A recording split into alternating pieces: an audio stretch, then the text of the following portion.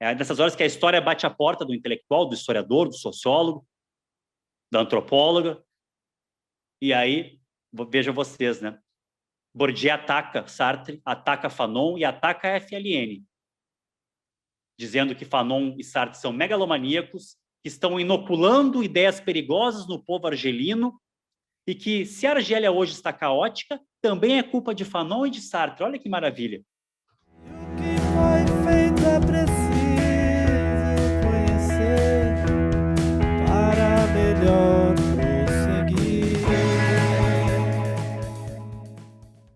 Camaradas, obrigado pelo momento, né? Tá aqui com valorosos camaradas que, inclusive, participaram, como foi dito, né, da luta da classe operária no Brasil. Eu me chamo Walter Lippel, sou historiador e não só trabalho com a questão da pesquisa histórica do Maghreb, ou seja, do norte da África, mas também já ministrei aula em todos os níveis da educação brasileira. São 20 anos de vida docente, principalmente dedicadas ao ensino público na periferia da cidade de Porto Alegre, que é a minha cidade natal. No entanto, agora eu moro aqui exatamente na fronteira entre Portugal e Espanha, trabalhando com alguns contatos, algumas questões ligadas à edição de livros, no outrora chamado Garb al-Andalus, ou Al-Andalus, né? Por 800 anos aqui teve a influência magrebina, norte-africana.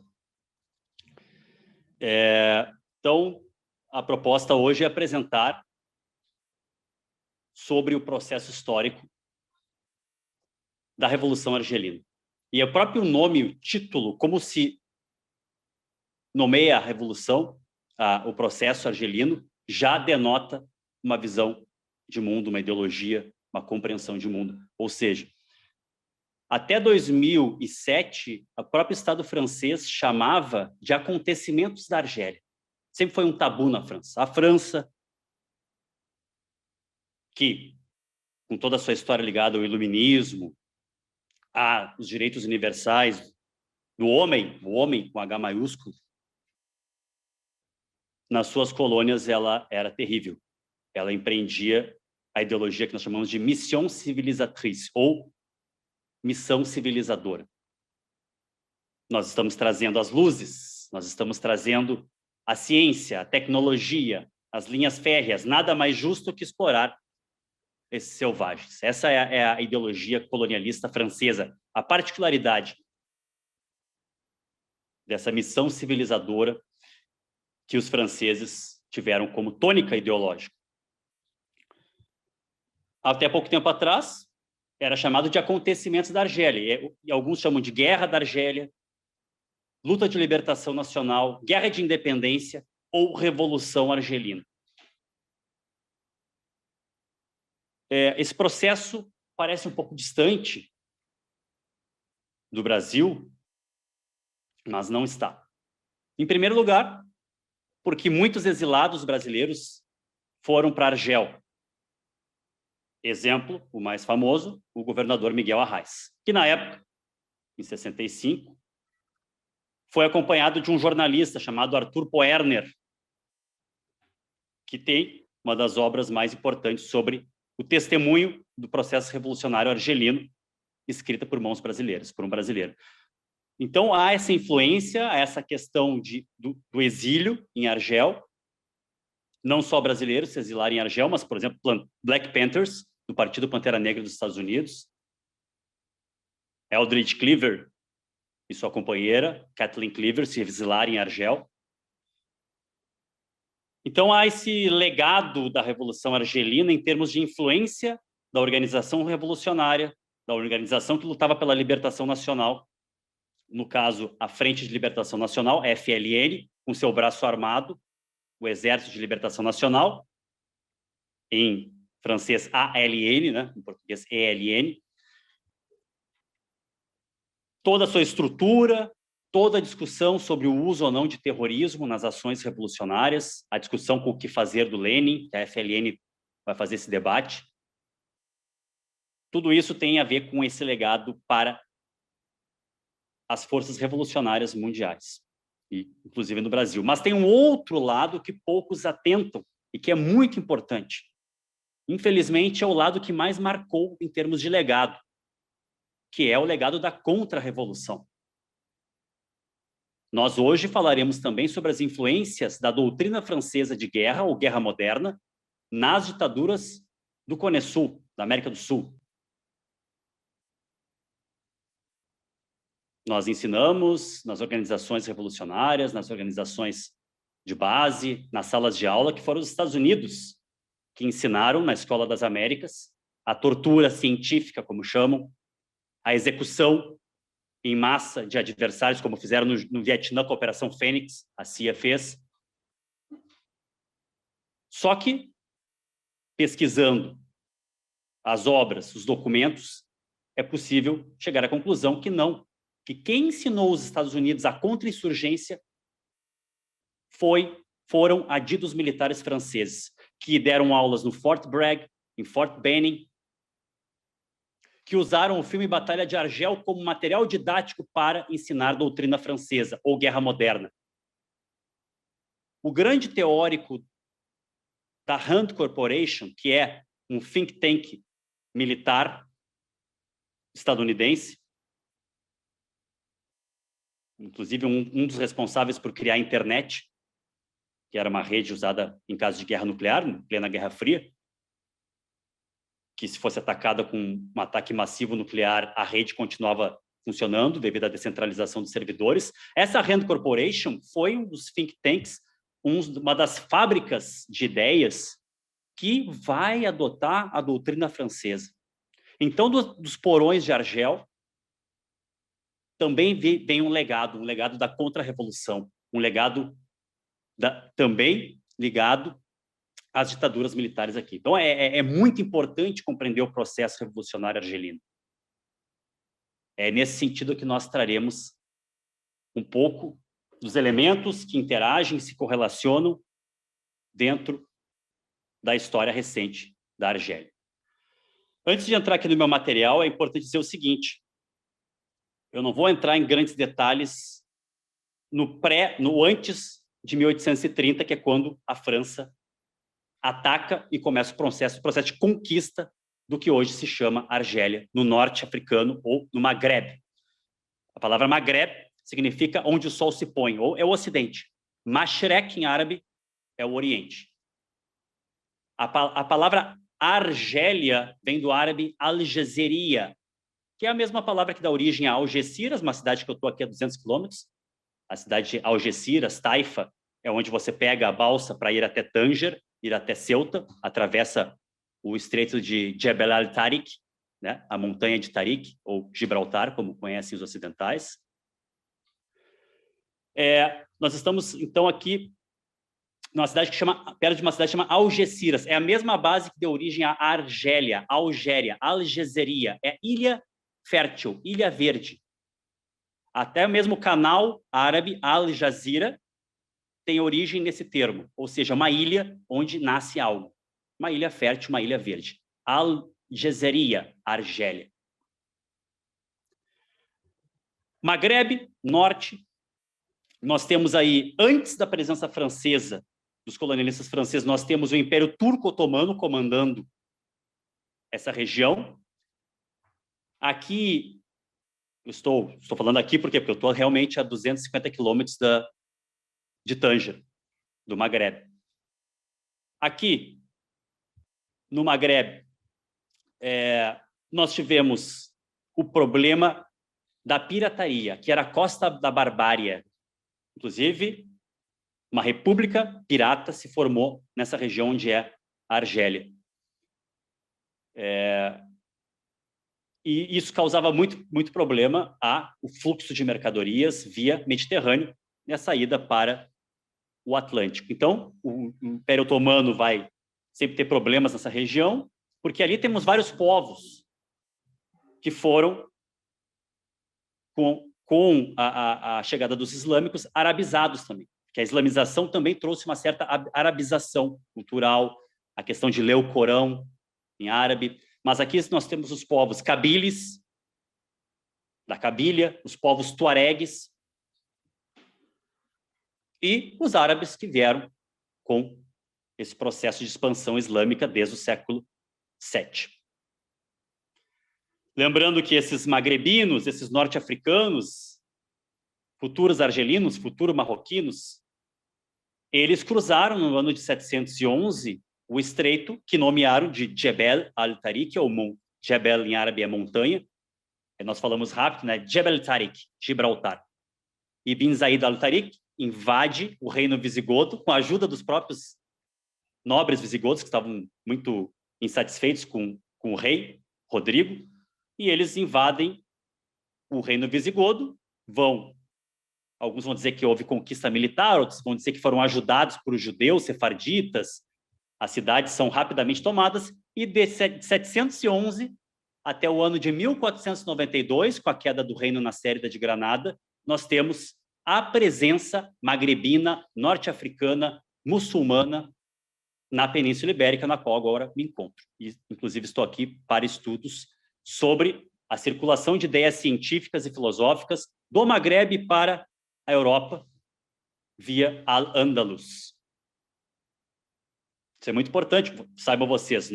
Poucos sabem, por exemplo, de que Ibn Khaldun, ou Ibn Khaldun, um grande sábio norte-africano, ele, no século XV, já tinha as premissas do materialismo histórico que Marx vai desenvolver centenas de anos depois.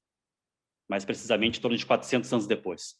Quem pegar e ler os prolegômenos, o Al-Muqaddimah, verá que sim, que Ibn Khaldun foi um dos primeiros a formular as premissas do que depois nós conheceríamos como materialismo histórico. Eu estou num estudo agora aqui também, buscando fontes, para tentar ver se Marx ou Engels leram Ibn Khaldun diretamente, ou se essa influência de Ibn Khaldun, magrebino, norte-africano, chegou em Marx via Vico. Mas, enfim, é um assunto para outras discussões, mas é importante mostrar para vocês aqui, camaradas, essa grandeza em termos de circulação de ideias, de arquitetura, de ciência, medicina e filosofia que ocorreu exatamente nesse local, nesse espaço onde estou agora. Porque há, sim, uma unidade mediterrânea. Essa unidade sempre foi colocada em conta, desde a época do Egito Antigo, Kemet, desde a época dos gregos, dos fenícios antes, dos cartagineses, dos próprios romanos, Mare Nostrum. Depois, a expansão e o domínio muçulmano, e, por fim, a chamada, eu não concordo com esse termo, né, reconquista cristã. Enfim, né, são termos que se usam na história e que têm que ser criticados. Mas, vamos agora a um contexto histórico mais ligado à história, chamada de contemporâneo. Com isso, eu inicio aqui a nossa projeção. Espero que estejam me ouvindo bem, espero que não tenha nenhum tipo de problema no áudio. Vamos lá. Aqui, vocês podem ver que, de fundo, eu usei o órgão oficial, o órgão central da FLN, que era o jornal El Mojahid. Depois eu vou falar mais um pouco sobre o jornal. A Revolução Argelina nos ensina uma série de questões, principalmente em seus erros, na qual Fanon já designou algumas questões no próprio Condenados da Terra, que é a obra que ele escreve quando já sabe que tem pouco tempo de vida devido a uma leucemia. Ele sabe, ele vai escrever essa obra em 9 meses, logo depois da publicação, ele falece, ele morre. Então, ali, os 2 livros mais importantes de Fanon, Fanon tem 3 livros publicados em vida. Depois nós temos os textos de Fanon, que foram atribuídos a Fanon no El Mojahid, só que foram atribuídos a Fanon, por quê? Porque o El Mojahid era um sujeito coletivo, uma experiência incrível em termos de comunicação revolucionária, de informação. O El Mojahid era um jornal onde tu não assinava o artigo, era anônimo. Por isso são os artigos Em Defesa da Revolução Africana, dos escritos políticos, são atribuídos a Fanon por sua companheira, Josie Fanon, por Red Hamalek, que foi o editor-chefe do jornal El Mojahid, e por Giovanni Pirelli, que era amigo e editor de Fanon na Itália. Então, olha que interessante, esse jornal, a questão da internacionalização do conflito, que foi depois usada muito pela OLP, foi usada pelo Arafat, foi usada pelo movimento palestino, essa questão de internacionalizar o conflito. O uso do rádio, que Fanon analisa de modo magistral na Sociologia da Revolução, onde ele vê uma verdadeira descolonização da mídia. O colonizado em luta se apropria do aparelho, do dispositivo do colonizador e transforma ele em algo, uma tecnologia emancipatória.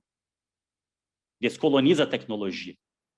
São muitos legados. A organização, na Batalha de Argel, em pirâmide, onde um camarada, ele indicava 2. Esses 2 não se conheciam entre si, só conheciam aquele que os indicou. Cada um desses indicava mais 2. Era uma organização em pirâmide, demorou um tempo para os franceses conseguirem montarem esse esquema, essa organização, e chegarem nos líderes, Larbi Ben Hidi e Sadi Yassef, junto com Ali Lapon, e Jamila Bourhired. No filme Batalha de Argel, um filme incrível, do Guilo Pontecorvo, com música de Ennio Morricone, fotografia de Gatti, e produzido em cima de um livro chamado Souvenir de la Bataille de Alger, que é do próprio líder, foi líder da Batalha de Argel, foi líder do ELN, lá na Casbah, que é o bairro do colonizado. Quem leu Condenados da Terra vai relembrar agora daquele momento que Fanon descreve o bairro do branco e o bairro do árabe, do negro, a cidade indígena mal afamada, né, onde os seres humanos estão, né, uns em cima dos outros, as casas, onde morre-se não sabe-se onde, não sabe-se quando, e a cidade do branco, do colonizador, a cidade abastada, onde o lixo regurgita coisas que você nunca viu, onde nunca se vê os pés do colonizador, porque estão sempre dentro de sapatos fortes. Essa é a parte poética e muito forte, visceral, do Condenados da Terra, em que Fanon descreve o bairro do colonizador e o bairro do colonizado. E é uma descrição que muitas vezes eu me pego vendo o nosso próprio país, né? A favela e o bairro dos brancos, o bairro dos burgueses. Então, são muitos elementos que interagem nessa totalidade concreta, vamos chamar assim, porque é uma totalidade concreta que nós trazemos aqui. Essa pesquisa toda foi montada em cima do método dialético de investigação e exposição. E aqui nós tentamos trazer as contradições do processo revolucionário que movimentam e desenvolvem esse fenômeno, essa formação material, social. E aqui nós também trazemos para análise e principalmente para a compreensão pedagógica dos erros desse processo. Vamos lá. Em primeiro lugar, um pouco sobre o colonialismo francês e suas especificidades.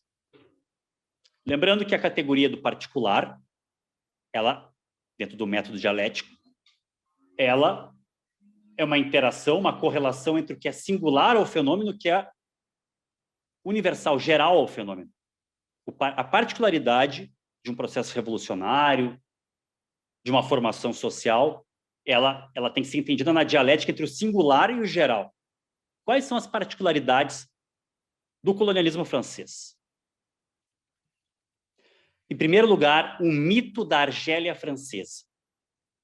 Há toda uma narrativa histórica, uma ideologia colonialista, eurocêntrica, que coloca que a Argélia nunca foi a da África. A Argélia sempre foi Cartago.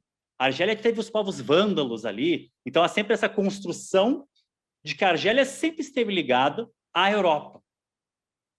Então, é legítima a conquista.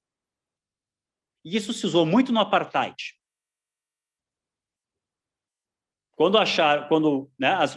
Para explicar as ruínas do grande Zimbábue, por exemplo, os Boers, os afrikaners, né, os descendentes de Boers, os racistas do apartheid, diziam que aquilo ali foi feito por brancos.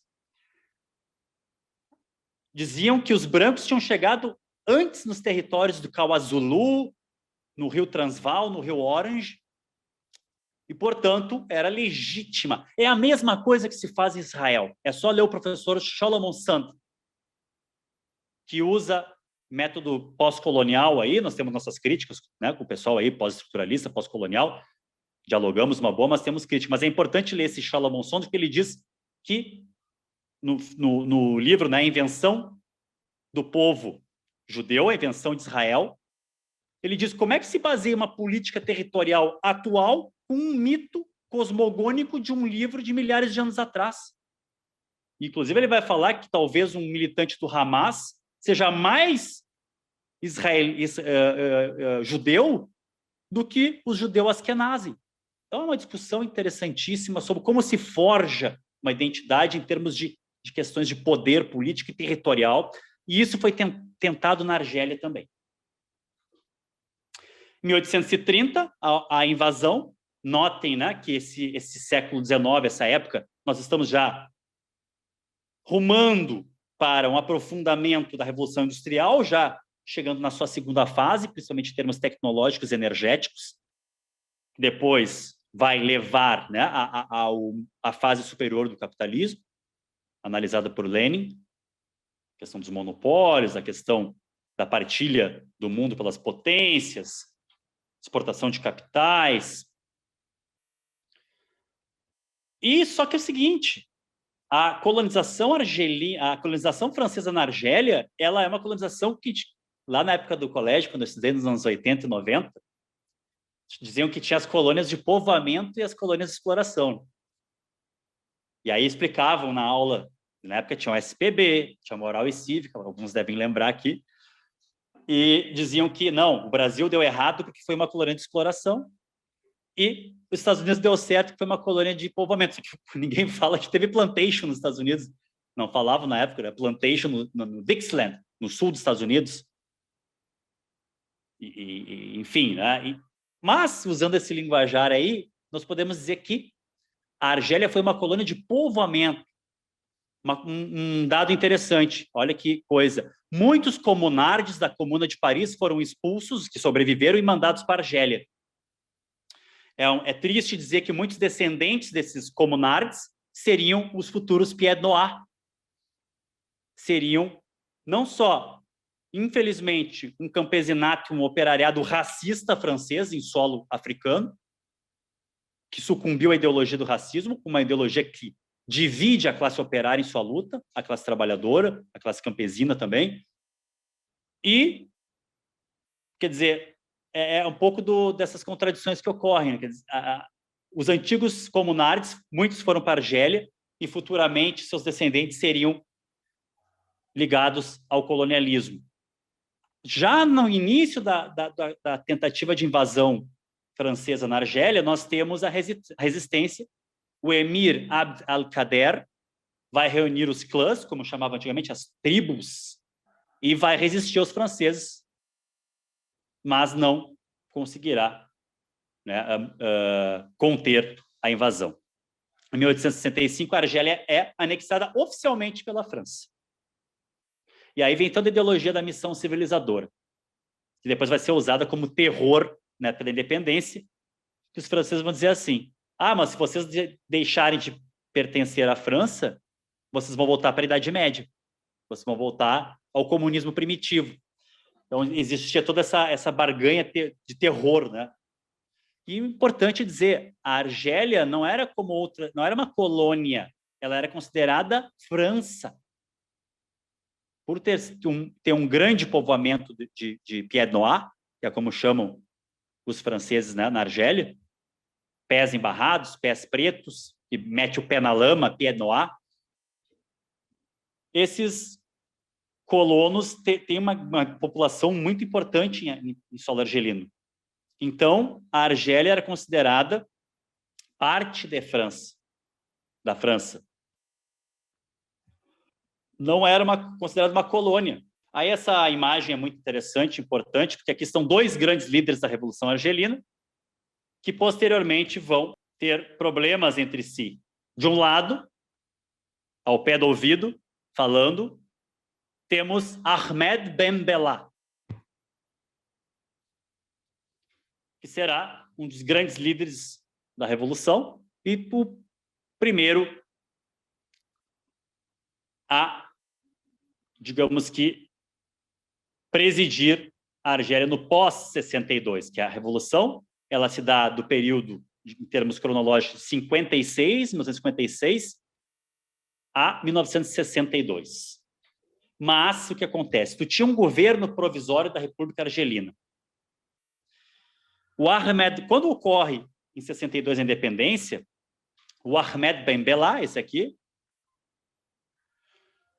ele vai entrar em conflito com o governo e vai, de certa forma, tomar o poder, quase já chegando a uma guerra civil. Ele vai estabelecer um governo dentro dos preceitos do que eles chamam de socialismo argelino, ou socialismo árabe, tentando conectar pan-arabismo e pan-africanismo, e aí Frantz Fanon será o grande articulador dessas questões entre pan-arabismo e pan-africanismo. O Nasser vai apoiar a Revolução Argelina, vai financiar, inclusive, muitos exilados no Cairo, o nasserismo com todas as suas contradições. Mas, logo o Conselho da Revolução, que é um órgão colegiado, entrará em conflito com Ahmed Ben Bella, acusando-o de culto à personalidade. E nisso vem o segundo líder, Houari Boumediene, e tomará o poder numa espécie de golpe militar interno, que assustou muito na época no Brasil. Saíram várias discussões na esquerda brasileira nos anos 60, 65, foi isso, porque acharam que era um golpe contra-revolucionário, mas, enfim, era um golpe dos elementos que defendiam a questão militar. E o Houari Boumediene esse aqui, será consolidado como o líder da revolução a partir daí. A Revolução Argelina ela vai ter várias fissuras, contradições internas. Uma delas entre os chefes do interior, que conseguiram ficar na Argélia e sobreviveram, e os chefes que estavam ou presos em Paris, ou no Cairo, ou em Tunis, na Tunísia. Teremos outra contradição entre os políticos e os militares. O grande amigo de Fanon, que, inclusive, foi responsável pela inserção de Frantz Fanon, na FLN, na época que Fanon era médico, era psiquiatra em Blida-Joinville, e ele já começou com a sua militância clandestina, ajudando guerrilheiros, dando treinamento médico básico, dando cursos para suportar a dor em sessões de tortura, desviando remédios. Esse amigo, esse camarada de Fanon, que vai ser o grande líder da ala política, que é o Aban Handami. E aí ocorrerá algo muito complicado, porque o Handami vai ser assassinado por camaradas, por coronéis do ELN, porque estava essa rixa entre militares e políticos. Resumindo, os políticos diziam que tinha que trazer as massas para o processo revolucionário, cada vez mais politizar o processo, internacionalizar o conflito. Os militares queriam agudizar o processo de ataque e defesa dentro do... Só que os políticos falavam, olha, se nós continuarmos a bater de frente com o exército francês, a gente vai ser esmagado, porque é um exército da OTAN, uma potência militar, nuclear, inclusive. Nós seremos esmagados, nós temos que politizar. Então, esse conflito entre a ala política e militar, ele vai desaguar no assassinato de Handami, que foi o grande amigo de Fanon. Inclusive, Fanon, no leito de morte, fala para Simone de Beauvoir, sua amiga e companheira e camarada. 2 mortes, já estava muito mal, depois ele rumou para a União Soviética tentar curar seu câncer, não foi possível. Na União Soviética falaram para ele, o único lugar que é possível tratar teu câncer é nos Estados Unidos. Ele não queria ir para lá, ele chamava de país de linchadores, mas acabou indo e lá ele faleceu. O que ele disse? 2 mortes eu não consigo engolir. Uma é do Patrick Lumumba,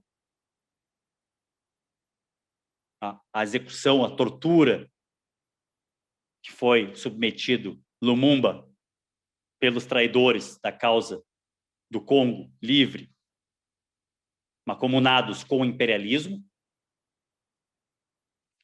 E a outra era a morte do camarada, do seu companheiro Handami, que no jornal El Mojahid saiu uma capa dizendo que tinham sido os franceses que tinham matado Hamdan, e anos depois veio à tona que foi uma liquidação interna da organização.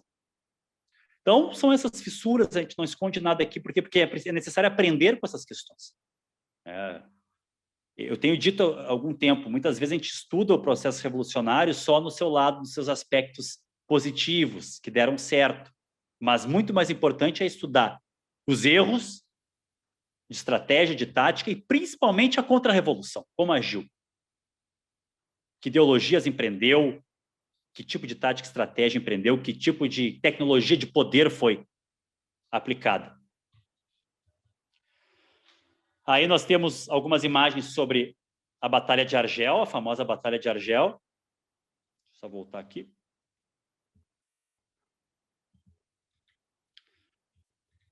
Essa Batalha de Argel, você deve ter visto o filme famoso, baseado, inclusive, né, num livro que contava a história. Aqui uma foto incrível, que tem o Sadi Youssef, foi o escritor, ele era líder da Batalha de Argel, ele era um dos dirigentes da Batalha de Argel. Ele escreveu Souvenirs da Batalha de Argel, junto com Jamila Bohried,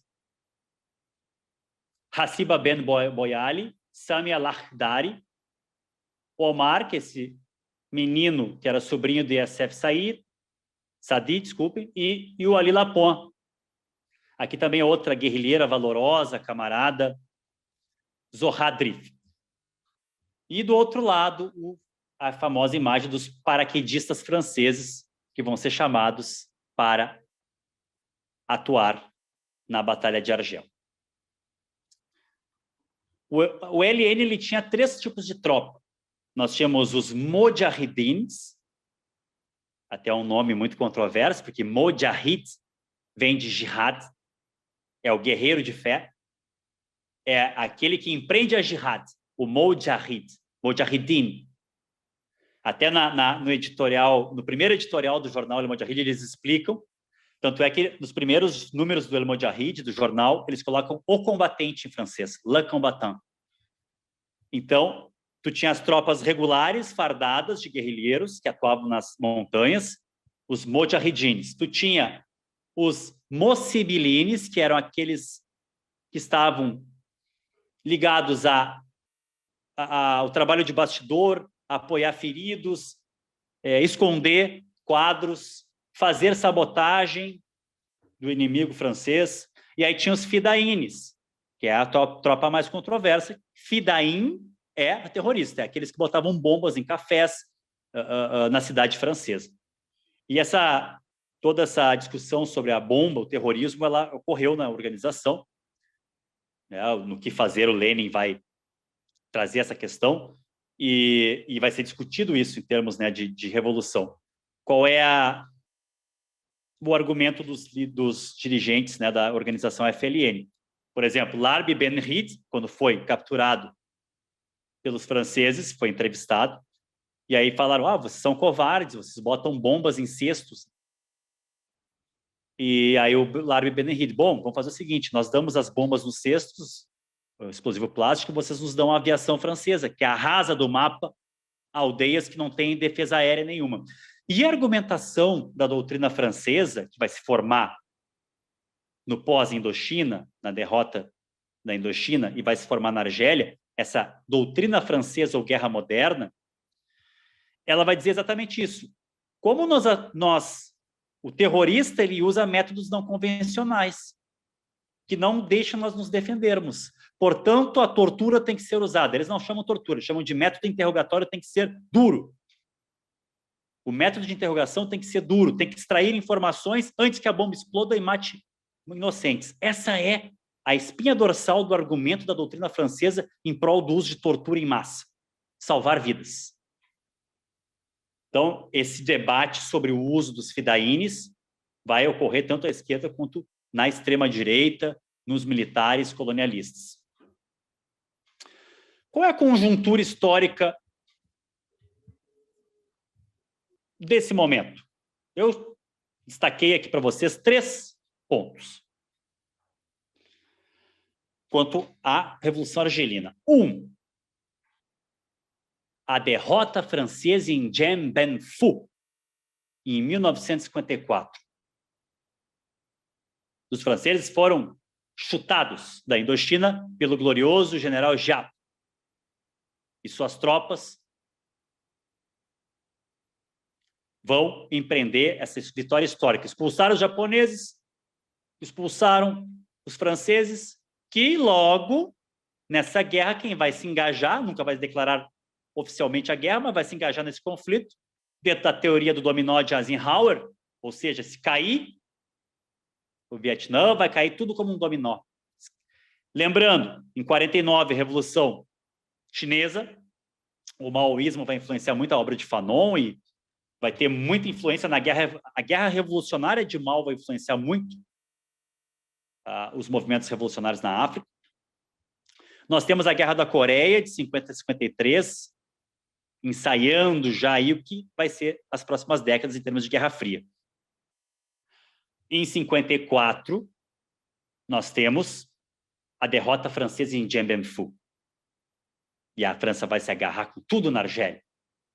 A Argélia é um departamento francês, notem isso. Ela não é considerada colônia. A Argélia é considerada um departamento francês.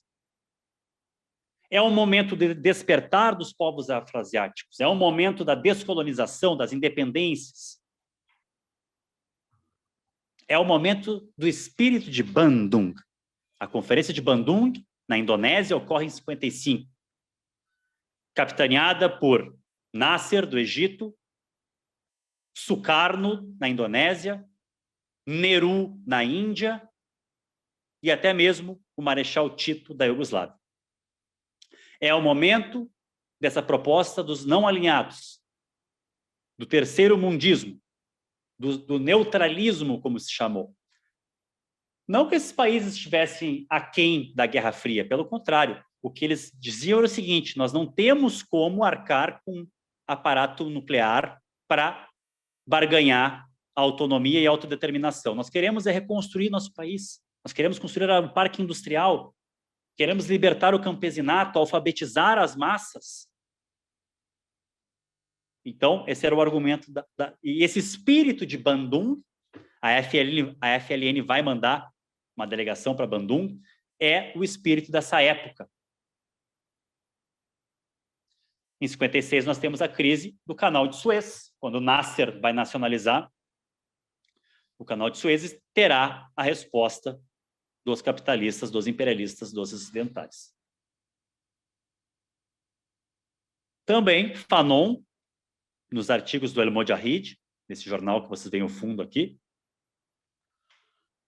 ele diz que o ataque a Suez também foi um ataque à Revolução Argelina, já que o nasserismo financiava diretamente a luta de libertação nacional. Lembrando que a FLN era uma amálgama que tinha comunistas, tinha dissidentes do PCA, porque o PCA, o Partido Comunista Argelino, seguindo as diretrizes do PCF, no início foi crítico, e vamos dizer a verdade, foi contra a independência da Argélia. Era necessário, segundo o PCF, esperar uma revolução proletária em solo francês para depois pensar a liberdade do povo argelino. E isso será um dos grandes ataques de Fanon à esquerda francesa e aos democratas franceses. Uma esquerda que queria dirigir a Revolução Argelina, dizendo que isso pode, aquilo não pode, isso sim, isso não, dentro do que nós hoje estudamos sobre branquitude, que o branco está sempre querendo dar a direção, mesmo no movimento social, mesmo quando não é protagonista da luta, mesmo quando não é... A esquerda francesa queria tutoriar a Revolução Argelina. Isso é típico da branquitude, de uma esquerda colonizada. Quer dar a linha. A gente ajuda vocês, mas, por favor, não peguem tão pesado com... Por favor. Então, essas questões todas estão em jogo nesse momento. Poucos intelectuais suportaram e apoiaram em solo francês a Revolução Argelina. Temos que dizer os nomes. Jean-Paul Sartre, Simone de Beauvoir, os principais. O Bourdieu foi soldado do exército colonialista. O pessoal adora Bourdieu, usa Bourdieu, interessante, tem muita coisa boa, vamos discutir, mas assim, vamos falar de história. Bourdieu foi soldado do exército colonialista, foi lá que ele escreveu a sua Sociologia da Argélia sobre os Kabyles. E não duvido que ele não escreveu isso, porque existia uma operação da inteligência francesa na época chamada Operação Kabylie, que era para fazer o divide et impera, balcanizar a Argélia, fazer o ódio mútuo entre Kabyles, entre árabes, tuaregues. Depois, o Bourdieu foi a mão que escreveu a tese francesa que foi defendida na ONU contra a Argélia. Ele era o imediato, em termos de burocracia, de Robert Lacoste, o governador francês na Argélia colonialista. Isso o pessoal do Bourdieu não fala, não gosta de falar, nem gosta de trazer à tona. É nessas horas que o intelectual, e o Fanon fala muito isso, é nessas horas que a história bate a porta do intelectual, do historiador, do sociólogo, da antropóloga. E aí, vejam vocês, né? Bourdieu ataca Sartre, ataca Fanon e ataca a FLN, dizendo que Fanon e Sartre são megalomaníacos, que estão inoculando ideias perigosas no povo argelino e que, se a Argélia hoje está caótica, também é culpa de Fanon e de Sartre. Olha que maravilha. Vamos trazer essas questões aqui do Bourdieu à tona. Aí o pessoal que defende Bourdieu fica, mas ele não matou argelinos, ele não torturou, não sei, eu não boto a mão no fogo, mas eu sei que ele trabalhou com Roberto Lacoste, escrevendo, era o punho. Depois ele entrou em conflito, sim, com os ultras, que eram a extrema direita colonialista, que vão dar um golpe em Argel, inclusive, e aí vão chamar o Deus ex machina francês, o salvador da pátria, Charles de Gaulle, para apaziguar a situação, que a Quarta República cai devido ao processo na Argélia. Não é um pouco parecido com a queda do salazarismo aqui em Portugal. Né? Foram as revoluções, foi a luta de libertação nacional, não podemos deixar de lado a luta dos camaradas aí que lutavam contra o Salazar, contra o Marcelo Gaetano, lembrando que a rádio antissalazarista era transmitida da Argélia aqui para Portugal, estamos perto, né? Então esse é o contexto. 62, crise dos mísseis, 59, Revolução Cubana, um pouco mais alargado esse contexto histórico. A Frente de Libertação Nacional, ela se forma depois do fracasso das vias democráticas.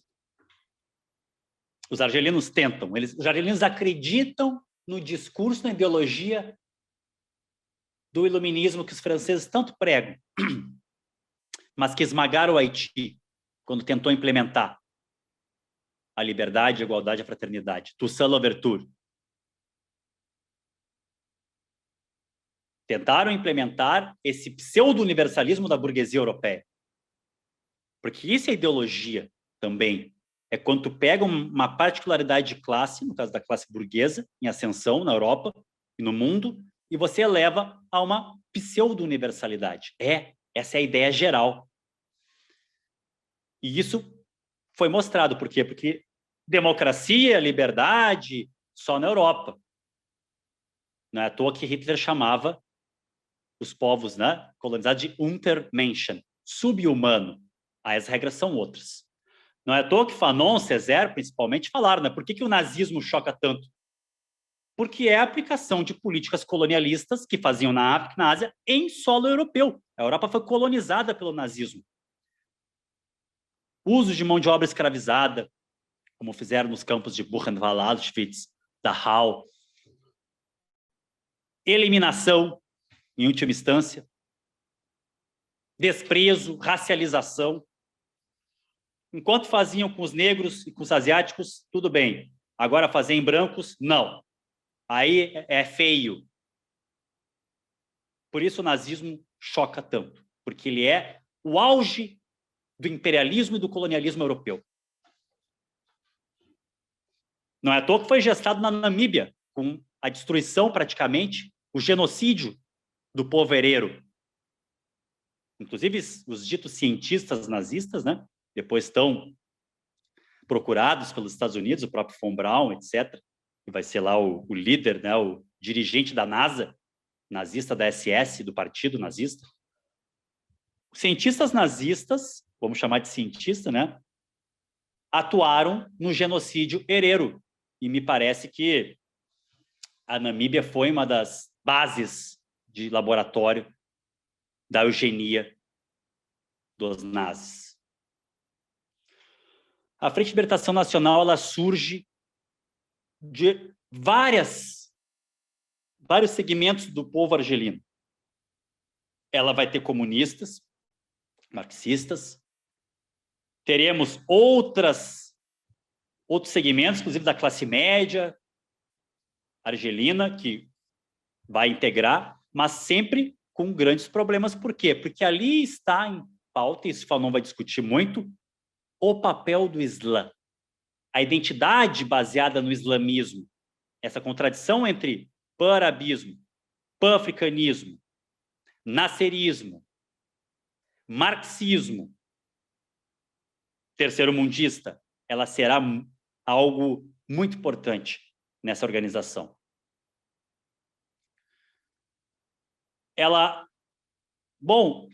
Os argelinos acreditam, vão às urnas, querem cada vez mais aumentar no parlamento francês a sua atuação, só que são dissuadidos por metralhadas, rasantes de avião. E aí vem o fatídico Dia da Vitória, que para o mundo foi um dia de comemoração, quando o eixo foi derrotado. E os argelinos pediram a independência para os franceses, porque lutaram para libertar a França. Os argelinos morreram e sangraram em território francês para livrar a França do nazismo, a França que entregou-se ao nazismo de um modo muito fácil. O governo Vichy, os colaboracionistas. E aí os argelinos pedem a independência e são respondidos com matracas de metralhadora. É o famoso massacre de Guelma e Sétif, no dia da vitória, em 45. Milhares de muçulmanos são abatidos, os muçulmanos respondem, atacam fazendas, atacam colonos franceses. Dezenas de milhares de argelinos são executados e depois são enterrados nos famosos poços de cal. Jogaram cal virgem em cima dos cadáveres para queimar o rosto e aí não ser possível identificação. Isso vai fomentar, vai tornar sólido uma frase de Ferhat Abbas, que será o futuro presidente do governo provisório argelino. A nós restaram apenas as metralhadoras. Eles tentaram pela via democrática, foram presos, foram assassinados. Quer dizer, o jogo democrático burguês francês era oferecido. Não, mas vocês podem participar, todo mundo tem aqui a mesma participação. Mas, quando eles realmente se engajavam na participação da eleição burguesa, da eleição, era uma farsa.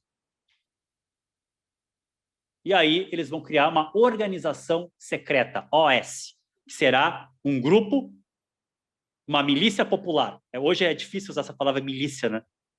A gente fala milícia, vem analogia rápida à direita, extrema-direita e a nossa situação no Brasil. Mas se cria essa organização secreta, militarizada, e, por fim, os jovens começam a chegar na organização e dizem, chega de conversar com os franceses, agora nós vamos organizar uma luta de libertação nacional. E, a partir daí, começa a organização do Exército de Libertação Nacional. Com a ajuda do Egito, com a ajuda dos países árabes, com a ajuda da União Soviética, mas sempre essa relação com a União Soviética sempre muito tensa. Por quê? Por causa desses elementos anticomunistas também dentro da organização que existiam. O próprio nasserismo, que tem essa questão progressista toda do terceiro-mundismo, mas quem estuda nasserismo sabe que ocorreram perseguições aos comunistas, aos leninistas. Então, é uma revolução com vários elementos interagindo em termos das forças que estavam congregadas na FLN, na Frente de Libertação Nacional. Aqui está o jornal, eu não vou ficar muito aqui no jornal, né? Eu estudei o jornal, El Mojahid. Eu tive a sorte não, né? Foram 5 anos procurando os originais e eu consegui as fontes. E eu fiz, então, a minha tese de doutorado, ela foi sobre os escritos de Fanon no jornal El Mojahid. Só que eu venho estudando a Guerra da Argélia, a Revolução Argelina e a obra do Fanon desde o ano de 2004. Foi quando eu comecei lá na especialização e comecei também na militância, junto com o professor Orson Soares, no Coletivo Fanon, que era uma organização ligada ao acesso a livros de pensadores revolucionários, pensadoras e pensadores revolucionários, africanos, asiáticos e aqui da América, principalmente os africanos, que não chegavam, né, nem nas organizações, nem na academia.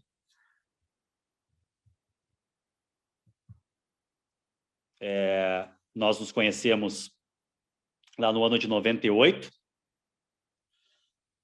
e começamos aí essa parceria. Era um jornal, o jornal não só o conteúdo dele é interessante pesquisar, mas também a forma como ele se organiza, porque ele é um jornal anônimo. A Revolução Argelina tem essa característica, eles se preocupam muito com essa coisa do líder, da imagem, né, de uma personalidade, um culto à personalidade. E então eles criam essa visão de um sujeito coletivo, uma revolução que não tem um rosto. Tanto é que o órgão máximo da revolução era um conselho, era um colegiado. Era o CNRA.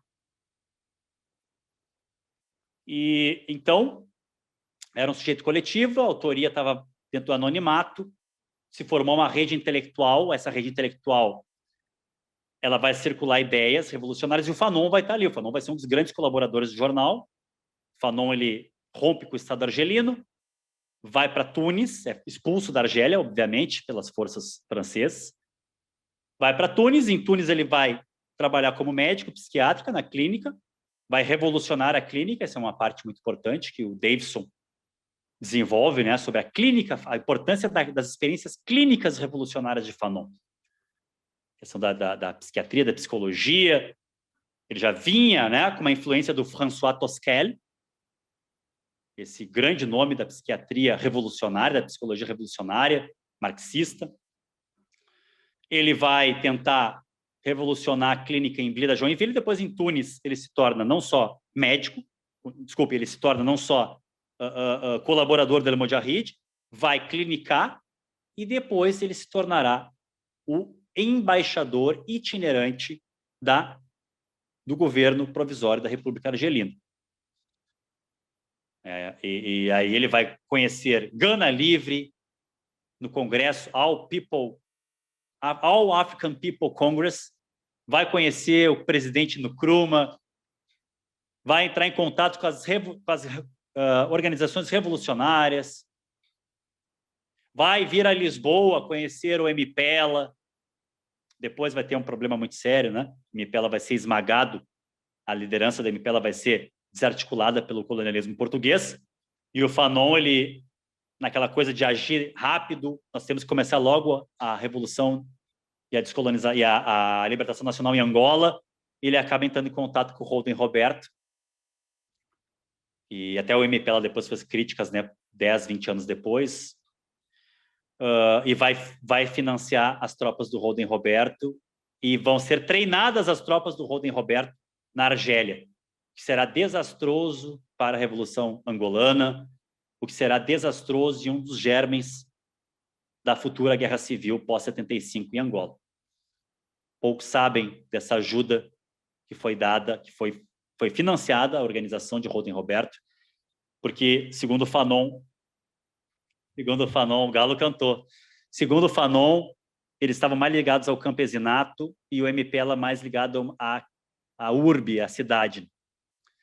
Enfim, né, eles estavam preparados, e o Holden Roberto entra no território angolano, matando português, matando angolano, enfim, né, foi um dos grandes erros históricos. É fácil criticar de agora, sentado aqui na minha cadeirinha, fazer a crítica, mas é importante também conhecer, né, essas questões que rolaram na época da Revolução Africana.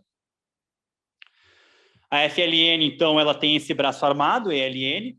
A FLN vai ter, no jornal El Mojahid, o jornal que eles mandam para fora da Argélia. Ele tinha a versão francesa e a versão em árabe. Esse jornal era tinha mais o papel para intelectuais, jornalistas que poderiam vir a defender a causa argelina, ou seja, a internacionalização do conflito.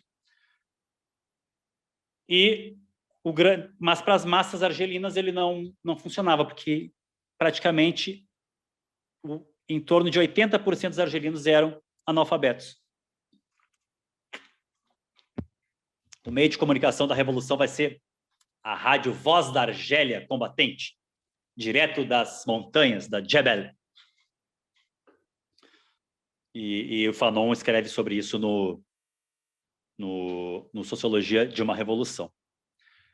Essa tese que eu fiz sobre o jornal El Mojahid, sobre as redes intelectuais, a circulação de ideias, eu tentei fazer uma transposição e produzi essa obra aqui, que inclusive saiu a 2ª edição, prefácio do Davidson, apresentação do meu orientador, do professor José Ribeiro Macedo, da Universidade Federal do Rio Grande do Sul. E essa obra aqui, então, eu quase furei meu olho aqui com o meu próprio livro. Essa obra aqui, então, eu me baseei na tese, só que tentei purgar o academicismo, tirar um monte de tradução, porque eu tive que aprender a ler francês, tive que ler árabe com software para chegar nas fontes, então foi uma caminhada bem árdua. E no Brasil está disponível essa obra, depois posso passar aí para vocês, o link. E aqui na Europa, em Portugal, os camaradas aí da Proprietas lançaram uma versão que já está circulando bastante. Inclusive, agora, dia 25 de setembro, nós lançamos essa obra lá na Grande Lisboa, em Amadora, ali na região de Buraca, Amadora, Cova da Moura, que é uma cidade africana, né? Uma cidade luso-africana. Essa obra aqui, eu fui nas fontes, né? Eu consegui mostrar para vocês aqui as capas todas do jornal El Mojahid, essa capa histórica aqui com a morte de Lumumba, as capas dos jornais que Fanon participou. Eu organizei todos os textos do Fanon numa tabela, então é importante para compreender, porque as obras do Fanon, Sociologia de uma Revolução e o Condenados da Terra, elas são um aprofundamento e um desenvolvimento dos textos atribuídos a Fanon no jornal El Mojahid. E essa aqui, como eu tinha mostrado, é a versão que foi feita aqui pela editora Proprietas. Essa aqui é das Ciências Revolucionárias e essa aqui é da Proprietas. Essa aqui a capa é dura. Essa aqui está circulando aqui na Europa e está para a África, espero que para a Ásia também, para o Timor. Estamos, né, enviando o livro para Moçambique, para Angola, e queremos que chegue também na Ásia, queremos que chegue na Oceania, queremos que chegue em todos os cantos, os países aí que outrora participaram do espírito de Bandung, como estavam falando aqui. Vamos lá, voltando aqui. Tem uma parte muito boa ainda para falar. Então, essa parte do jornal, eu vou passar. Esse aqui é um mapa conceitual que eu produzi. Na verdade, isso foi a estrutura da minha tese, da minha pesquisa. Como eu estruturei, né, a exposição. Como eu falei para vocês, nós estamos dentro da história intelectual, a história dos intelectuais, mas com bases no materialismo histórico e no método dialético. E o método dialético ele pressupõe, né, a questão de um ente prioritário, das contradições que movimentam esse fenômeno, da sua historicidade, desenvolvimento, das suas ligações, correlações com fenômenos internos e externos. Então, o Fanon ele escreveu 42 artigos jornalísticos, foram atribuídos a ele. A gente sabe por quê? Porque o Fanon não sabia datilografar e a companheira de Fanon, Josie Fanon, jornalista profissional, datilografava os textos. Então, ela foi uma das pessoas que falaram, não, isso aqui é do Fanon porque eu datilografei ele, tenho certeza. Ele participa da Guerra da Argélia como dirigente, como intelectual, como militante, como embaixador itinerante, participou de congressos de escritores negros, né, em Roma, em Paris, participou do All People African Congress, em Accra, em Gana, foi ao Cairo, depois vai a Lisboa. Então, há uma circulação de ideias revolucionárias. Ele vai escrever o Lian Sang, que é conhecido como Sociologia da Revolução. Esse título é posterior, tá, à primeira edição. Em 59, ele escreve Sociologia da Revolução. Em 61, ele escreve Os Condenados da Terra. E essas obras teóricas maduras do Fanon, elas surgem devido à participação de Fanon como colaborador no El Mojahid. Então, o que nós podemos dizer é isso, né? Fanon, essa figura importante em termos de teoria revolucionária e luta anticolonial, ele é influenciado e influencia a Revolução Argelina. Ele vai se tornar um argelino, que já falei sobre a trajetória do Fanon.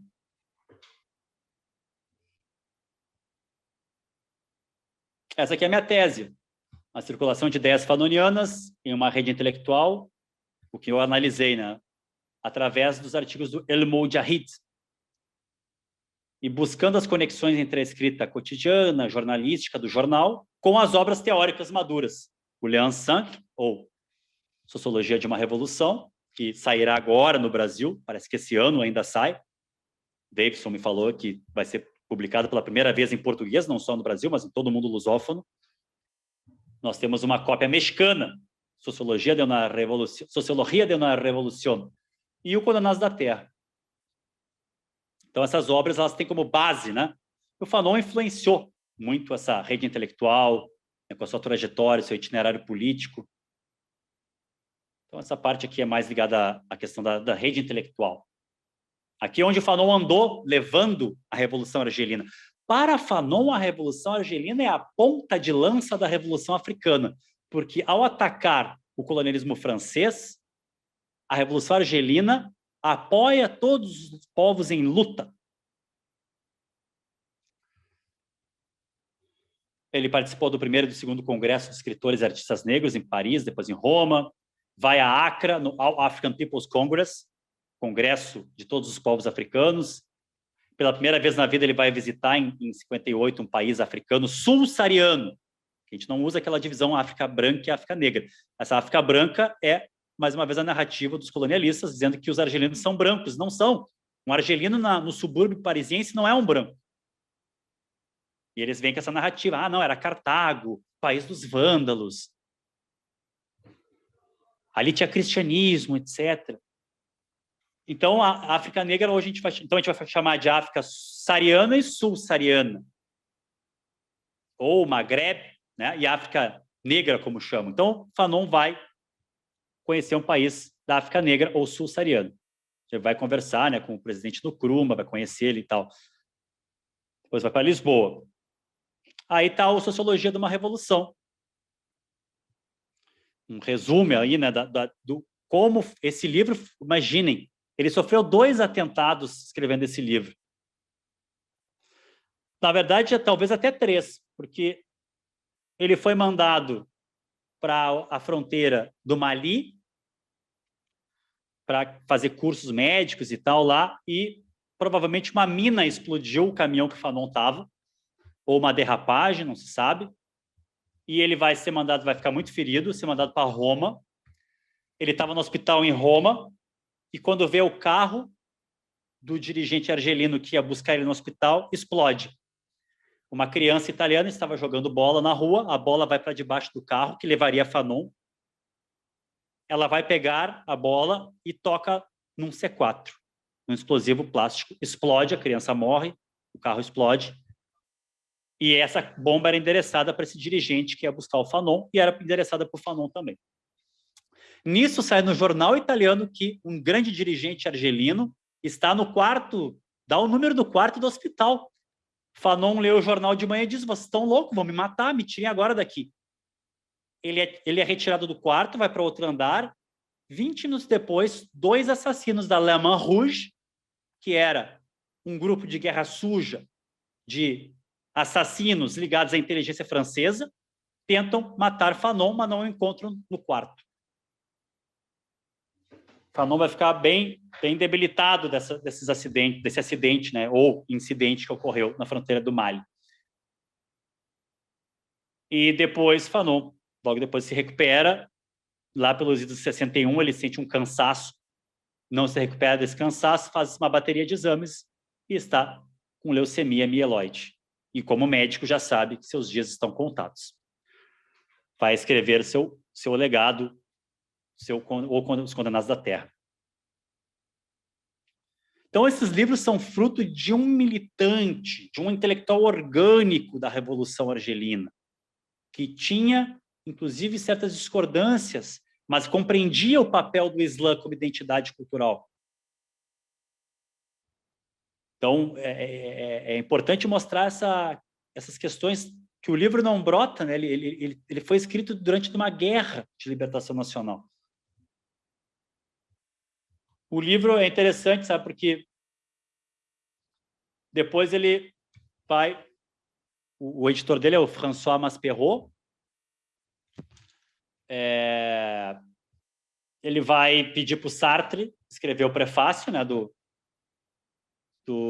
Condenados da Terra. Ele tinha pedido para o Césaire, a Aimé Césaire, escrever o prefácio do Sociologia de uma Revolução. E o Césaire disse, não, eu não escrevo, que isso aí vai pegar muito mal para mim, porque o livro foi... Bom, o livro foi publicado no mesmo dia, foi apreendido. Tu andar com Condenados da Terra na França ou na Argélia, ou com Sociologia da Revolução, ou com o El Mojahid debaixo do braço, tu estava ferrado. E aí, no Condenados da Terra, o Sartre aceita, né, e escreve o prefácio do Condenados da Terra. Aqui é o esquema original do livro, da obra, depois foi transformado. O título original era Argel, Cidade do Cabo, que ele queria trazer essa questão da importância da Revolução Argelina para a União Africana.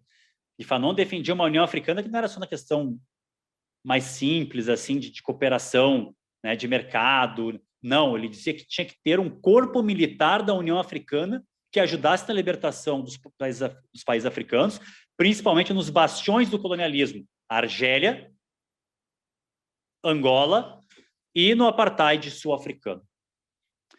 Notem que Fanon era um grande crítico apesar de primeiro ter, né, a influência de Césaire e Senghor, depois ele vai romper com a negritude, ou seja, né, essa visão, esse movimento francês de poesia, de valorização da história negra. Para Fanon isso era um essencialismo, porque Fanon aí vem a grande discussão, né? Ah, mas Fanon não era tão marxista assim, é existencialista. O Davidson fala que o Fanon é a encruzilhada, né? O pensador da encruzilhada. Fanon era um marxista, que eu afirmo. Fanon, ao longo do livro, usa o método dialético. Fanon traz a todo momento a 11ª tese sobre Feuerbach. Fanon nomeia o seu livro Os Condenados da Terra em homenagem aos Les Dames de la Terre da Internacional. De pé ou vítimas da fome, de pé para nós, né? Famélicos da terra. Para os portugueses aqui também é assim. Mas em francês é os malditos da terra, os condenados. Alguns falam que o Liansan, o nome do Sociologia de uma Revolução, o ano 5º da Revolução Argelina, é uma homenagem ao 18 Brumário. Fanon tentou criar um 18 Brumário da Revolução Argelina. Claro que com outro objetivo diferente do Marx. Mas, enfim, notem essas questões, né? O pessoal da academia gosta de trazer um Fanon desfigurado, esvaziado do seu conteúdo revolucionário. Um Fanon degustável nas prateleiras do capitalismo. Um Fanon pós-colonial, um Fanon que fala só de identidade. Fanon fala de classe. Fanon analisa a questão de classe, o campesinato, porque ele... Bom, a biblioteca do Fanon, nós tivemos acesso aos livros que estavam na biblioteca. A grande parte dos livros de Fanon eram de Mao. Fanon tinha uma influência de Mao Zedong muito forte. Não é à toa que vai colocar o campesinato como classe revolucionária na Argélia, na África. Então, as pessoas que negam Fanon como marxistas, na minha visão, estão numa operação ideologizante de desmarxizar os pensadores, e principalmente os africanos, né?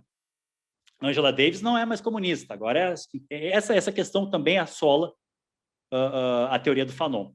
Então, pegam muito o Fanon do Pele Negra, Máscaras Brancas, sendo que o marxismo já está ali.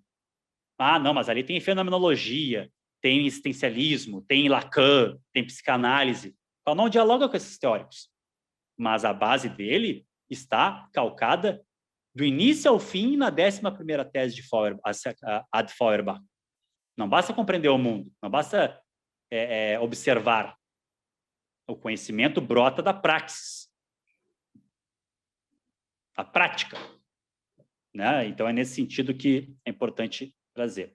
Aqui está o famoso Condenados da Terra, a questão da violência, as grandezas e fraquezas da espontaneidade.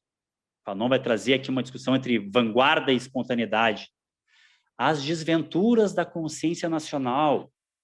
Praticamente profetiza a África pós-colonial, pós-independência.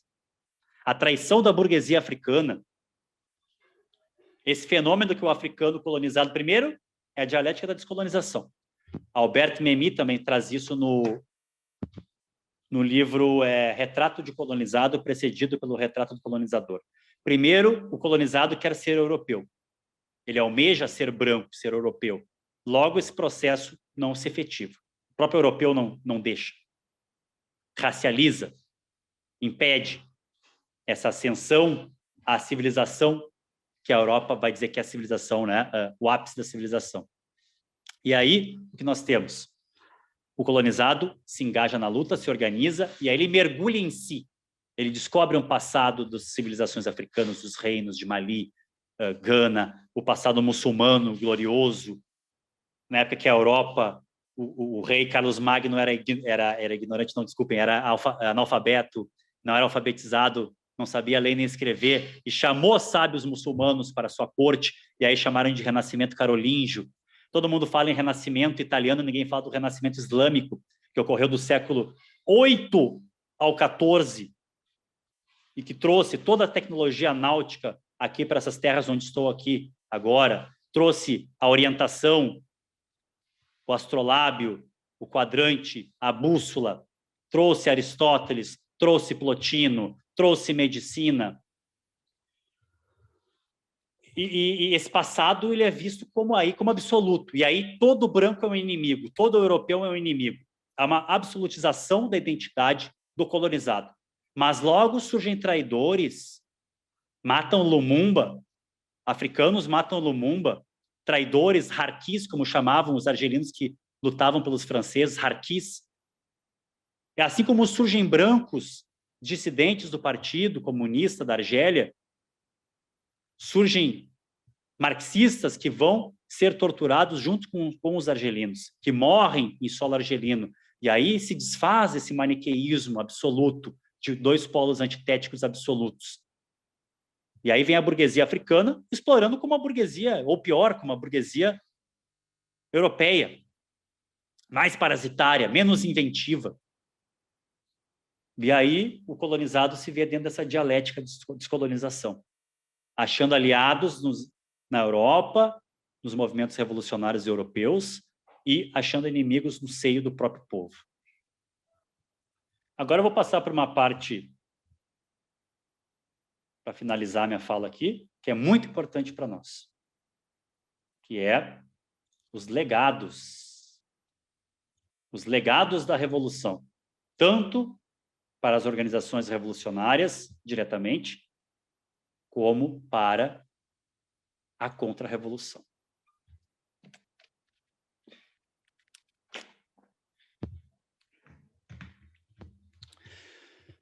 Em 56, ocorre a Conferência de Sumã.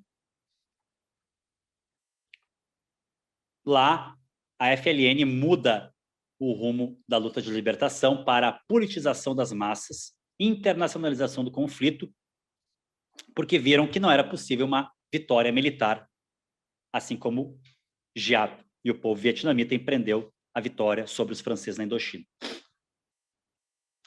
Os líderes se dividem. A Conferência de Sumã, então, vai ser um marco na história da Revolução Argelina. Em 57, nós temos a Batalha de Argel, a chegada dos paraquedistas. E sabe o que é mais triste? É saber que militares que foram torturados pela Gestapo na resistência francesa, depois se tornaram os torturadores de Argel. Generais, outros oficiais, coronéis, general Massu. Inclusive o general que condecorou Fanon, porque Fanon foi um herói de guerra, não é à toa que ele conseguiu a bolsa para estudar em Lyon. Fanon era um grande desmantelador de ninhos de metralhadora. E Fanon dizia isso: caramba, tu vê, o cara que me condecorou na guerra contra os nazis agora é meu inimigo. É um general no colonialismo francês. Os legados da Revolução, nós podemos trazer os problemas do pós-revolução. Já adiantei isso para vocês, falei que já quase estoura uma guerra civil no pós-62, entre os militares e os políticos. Ahmed Ben Bella vai conseguir chegar ao poder num processo muito tenso, contraditório. Logo, 3 anos depois, nós temos a ascensão ao poder de Houari Boumediene, que liderava a ala militar. No filme Batalha de Argel, tem uma cena muito interessante. O filme foi rodado em 65, bem na época em que Boumediene chegou ao poder. O Larbi Ben Enridi, líder, chega para o Ali Lapointe e diz: muito mais complicado que começar a revolução é o pós-revolução. Nós chamamos isso, o Marc Ferrot, historiador, que analisa cinema, né? Ele diz que é a zona não visível da película. Realidade não visível. Eles não podiam falar do processo que estava acontecendo internamente, mas aparece no filme, nessa fala, nesse diálogo. Então, os erros e acertos da Revolução Argelina no pós-independência são importantíssimos. Falaremos mais um pouco deles adiante. A influência em movimentos e organizações africanas. Argel vai se tornar a capital da Revolução, com escritórios de organizações como MPLA, Frelimo,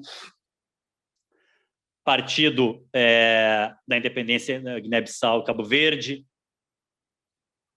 os Black Panthers, Panteras Negras, né, influências nos Estados Unidos, Fanon e a Revolução Argelina não só vão ser bases para o estudo, mas vários quadros do Partido Pantera Negra vão se exilar em Argel. E aí nós temos o legado para a esquerda brasileira, porque muitos exilados foram para Argel. Uma rede intelectual se forma. A Frente Brasileira de Informação. Sabem que uma curiosidade, não é à toa que...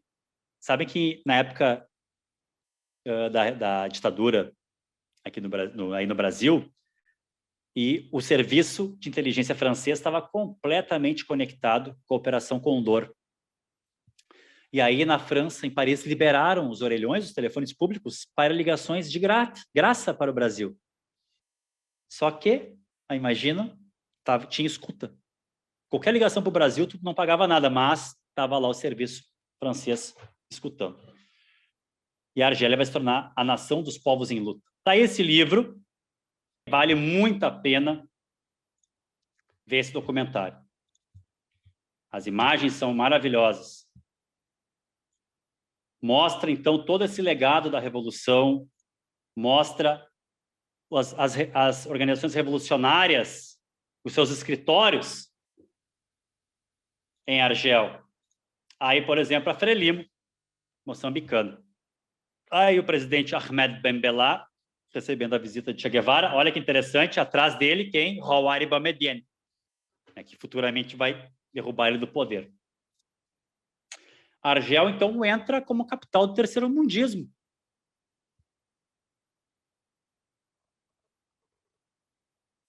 E aí vem a parte que nos interessa muito. Também esse aqui tem legenda em espanhol, se não me engano, vou indicar um documentário que foi feito em cima do livro da Monique Robin. A Robin, ela escreve um livro chamado Esquadrões da Morte, o legado francês. Esse livro traz as bases para compreender o que eu vou falar agora. Então, ele tem em espanhol, tá? Esquadrones de la Muerte, la Escuela Francesa. Esse documentário tá aqui ele, tem várias... Ele é chocante, porque aqui, daí eu fui no livro dela, eu fui nos livros dos militares franceses, aqui nós vemos como foi crucial a influência da Guerra Moderna Francesa nas ditaduras do Cone Sul. Vou mostrar para vocês aqui. Um momento. Ok, dê uma olhada aqui, por favor.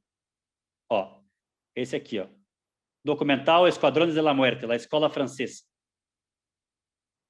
Tem o completo aqui, tá? Então, o que acontece? Em 1954, os franceses são derrotados na Indochina. Dien Bien Phu. Eles tomam um laço e ficam perguntando, caramba, como é que a gente perdeu tão feio? Nós somos uma potência militar, como é que o Giap e o Ho Chi Minh e as tropas populares do exército do Viet Minh nos chutaram os japoneses, chutaram os franceses, depois, a um grande custo, vão chutar os Estados Unidos. Esses franceses vão começar a estudar o livro Guerra Revolucionária, de Mao Zedong. Eles vão se deter, e é isso que me impressiona e me indigna. Às vezes a direita estuda mais os nossos que nós mesmos, que nossos militantes. Às vezes acontece, quer dizer, os caras estudaram Mao, os caras estudaram o Giap, e vão criar em si um antídoto à guerra revolucionária. Isso se chama guerra moderna, ou doutrina francesa. Quem são esses intelectuais colonialistas? Lacherois, o coronel Tranquier e David Galula. Atenção para esses nomes. O coronel Tranquier vai escrever o famoso livro Guerra Moderna. Para quem estuda tática e estratégia militar, história militar, para quem estuda contra-insurgência, é imprescindível, incontornável conhecer a obra asquerosa, digamos de passagem, do coronel Tranquier. A doutrina francesa, a Guerra Moderna. O que Tranquier defende?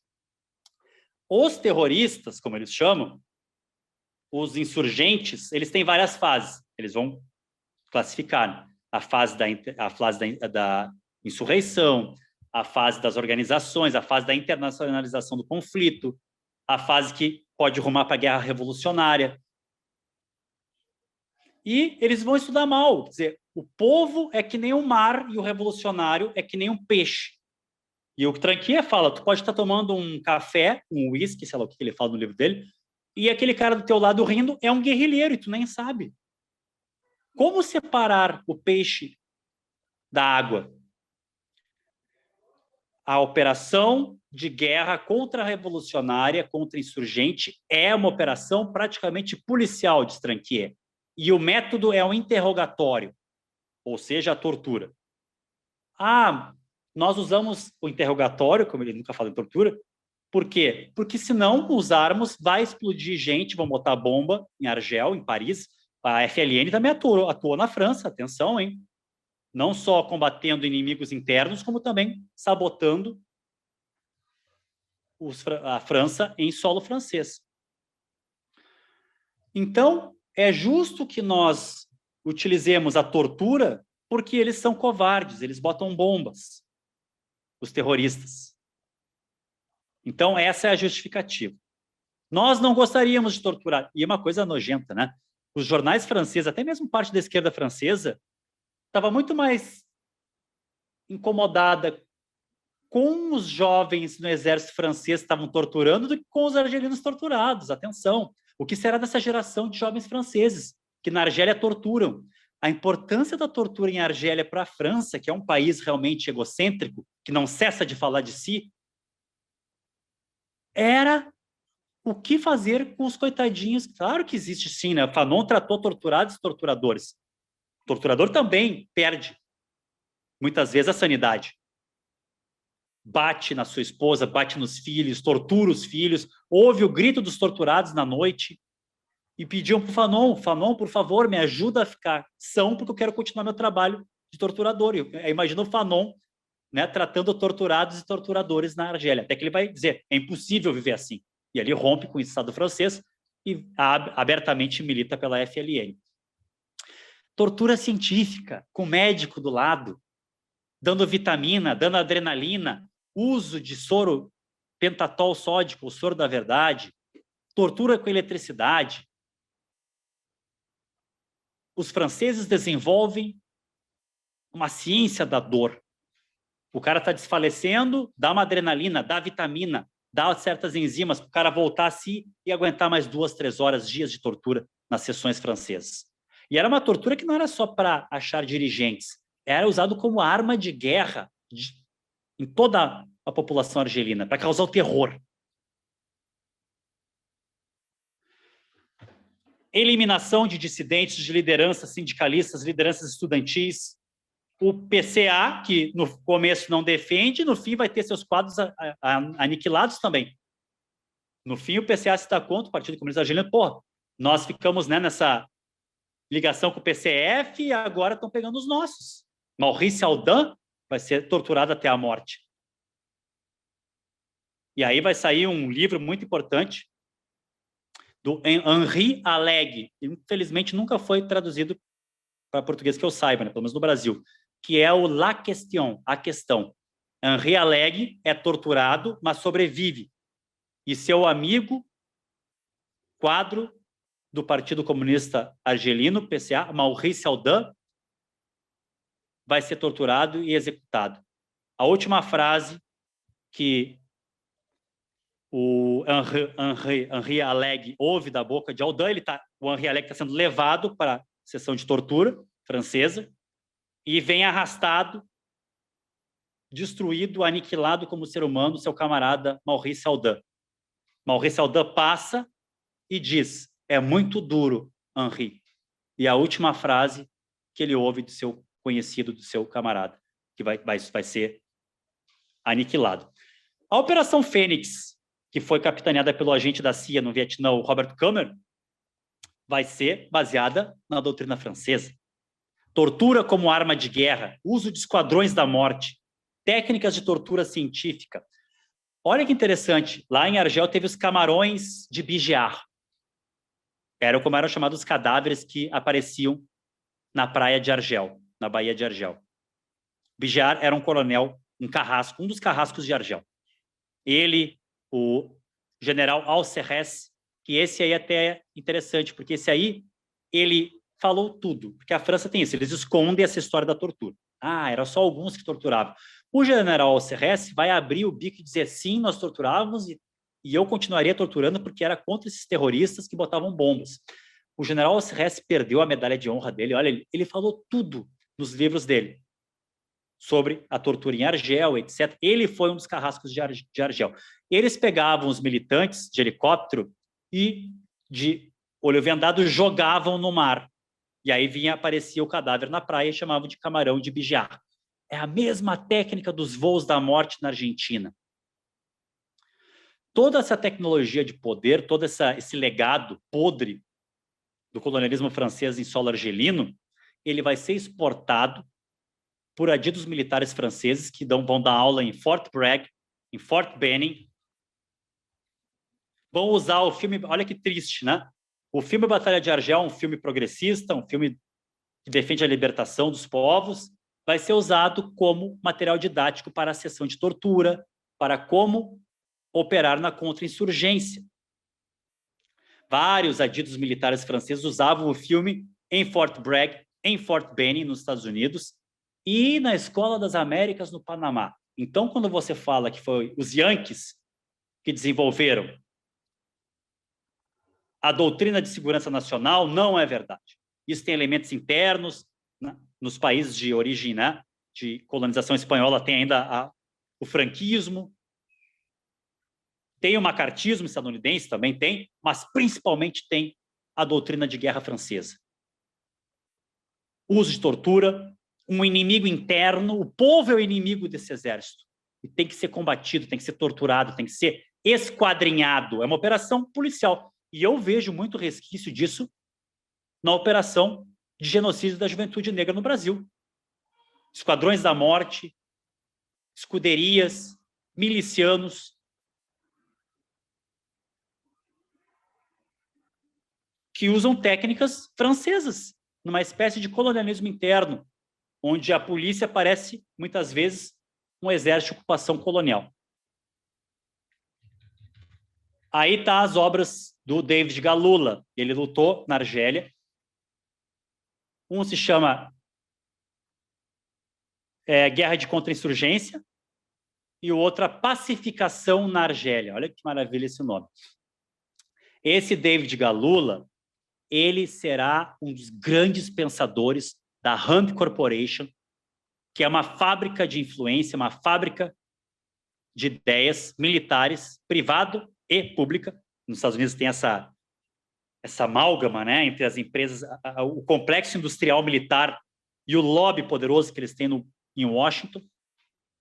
A Rand Corporation vai lançar o livro do Galula. E pasmem vocês, a contra-insurgência ao longo dos anos 60 e 70, inclusive nos 80, os contras. A guerra ao terror estuda David Galula. Então, a Argélia, o legado da Revolução Argelina, ele serve tanto para as forças revolucionárias, mas principalmente para a contra-revolução. David Galula. Notem que o Larbi Ben-Hidi foi enforcado na cela. E os franceses falaram, deixamos uma camisa ali, ele botou e se enforcou. A foto do Herzog, botem depois, Vladimir Herzog, quem tem estômago, né? Vladimir Herzog e, botar aqui no chat, ó, Larbi Ben-Hidi. Eles executavam e diziam que o cara se matou. Então é muita semelhança. Então os franceses, eles vendiam armas, Mirage, caça-Mirage, e junto com o hardware militar, eles vendiam um software militar, uma ideologia, que era a doutrina francesa.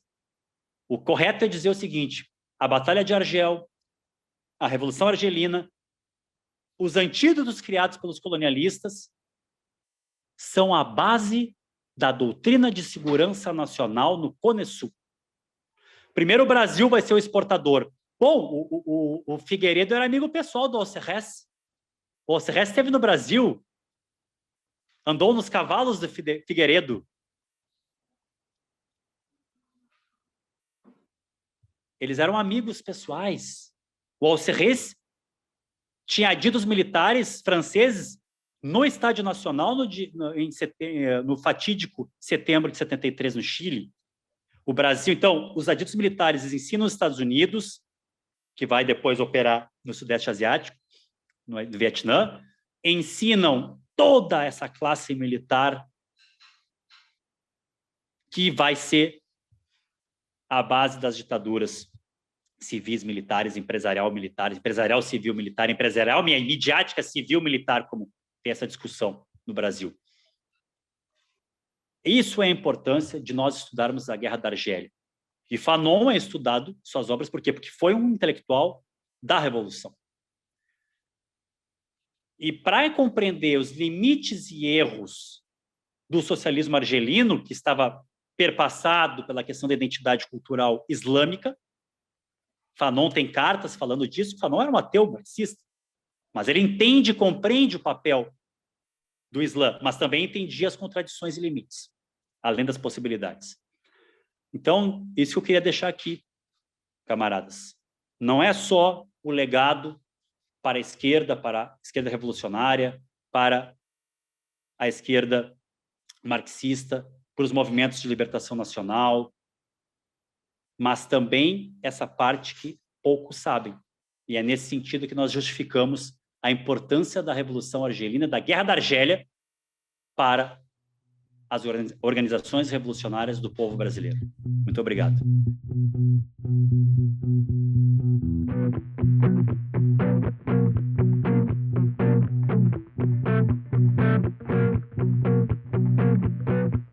O que foi feito, amigo, de tudo que a gente sonhou?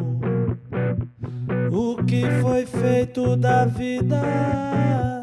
O que foi feito do amor? Quisera encontrar aquele verso, menino, que escrevi há tantos anos atrás.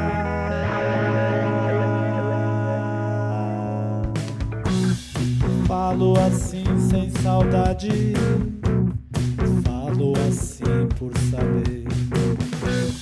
Se muito vale o já feito, mas vale o que será.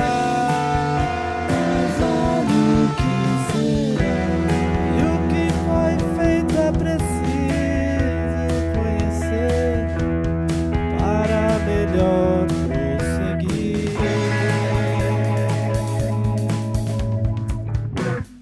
Falo assim sem tristeza, falo por acreditar que é cobrando que fomos que nós iremos crescer. Nós iremos crescer. Outros outubros virão, outras manhãs plenas de sol e de luz.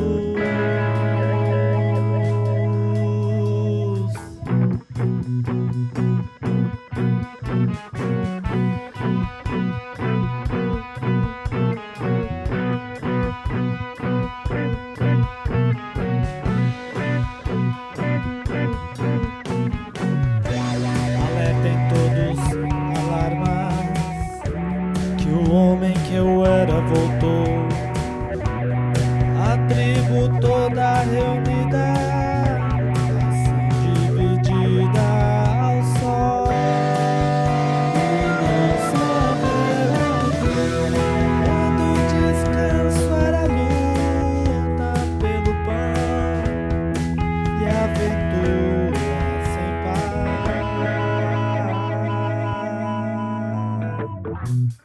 Quando o cansaço era rio e rio qualquer dava pé,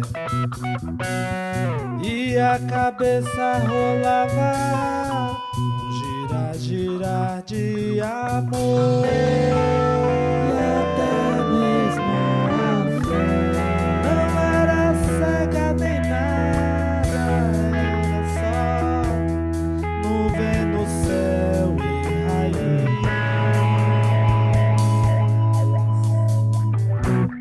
Hoje essa vida só cabe na palma da minha paixão. De vera nunca se acabe, a abelha fazendo seu mel.